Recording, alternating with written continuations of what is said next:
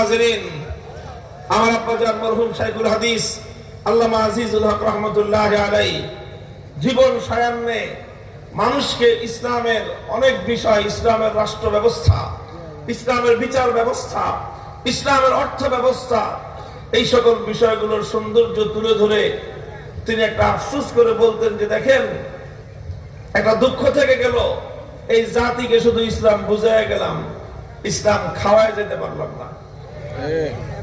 যেটা খাওয়ার জিনিস সেটা শুনে আর বলে মজা পাওয়া যায় না। কথা বলেন ঠিক কিনা? তিনি একটা দৃষ্টান্ত দিতেন, যেমন ধরেন রসগোল্লা একটা জিনিস, এবং রসগোল্লার উপরে যদি যে কেউ একজন ভালো একজন বক্তা বা ভালো একজন লেখক রসগোল্লার উপর একটা রচনা লিখলো, মনে করেন 5 পৃষ্ঠা ব্যাপী একটা রচনা লিখলো খুব সুন্দর ভাষা দিয়ে, অথবা একজন বক্তা খুব সুন্দর করে রসগোল্লার উপর একটা বক্তৃতা দিল যে রসগোল্লা দেখতে কেমন, রসগোল্লা বানায় কিভাবে, রসগোল্লার স্বাদ কেমন, রসগোল্লার মধ্যে কি পরিমাণ রস থাকে, রসগোল্লা কেমন রসের মধ্যে টইটুম্বর করে, এই সব বক্তৃতা করলো আর খুব সুন্দর করে লিখলো, আর আপনারা খুব সুন্দর করে শুনলেন আর পড়লেন। বলেন তো রসগোল্লার মজা কি পরিমাণ পাইবেন? রসগোল্লার স্বাদ এটা আলোচনা শুনে আর এটা লেকচার শুনে রসগোল্লার স্বাদ পাওয়া যায় না।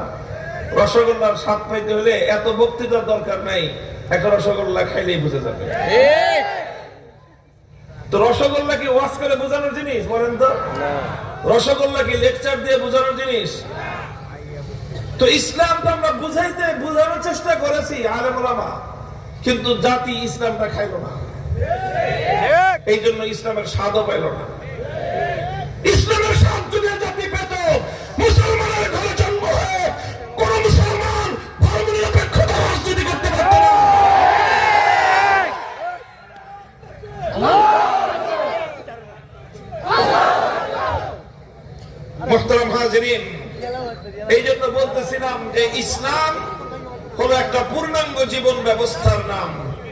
কুরআনে কারীম বলে দিয়েছে, আফাতুমিনুনা বিবাযিল কিতাবি ওয়া তাকফুরুনা বিবাযিন ফামা জাযাউ মান ইয়াফআলু যালিকা মিনকুম ইল্লা খিzyun ফিল হায়াতিদ দুনিয়া ওয়া ইয়াওমাল কিয়ামাতি ইউরাদ্দুনা ইলা আশাদ্দিল আযাব। আল্লাহর কোরআন আংশিক মানবা আর আংশিক মানবা না, কোশ্চেন কালেও এটার দ্বারা কোরআনকে মানা হয় না, এর দ্বারা মানুষের ঈমান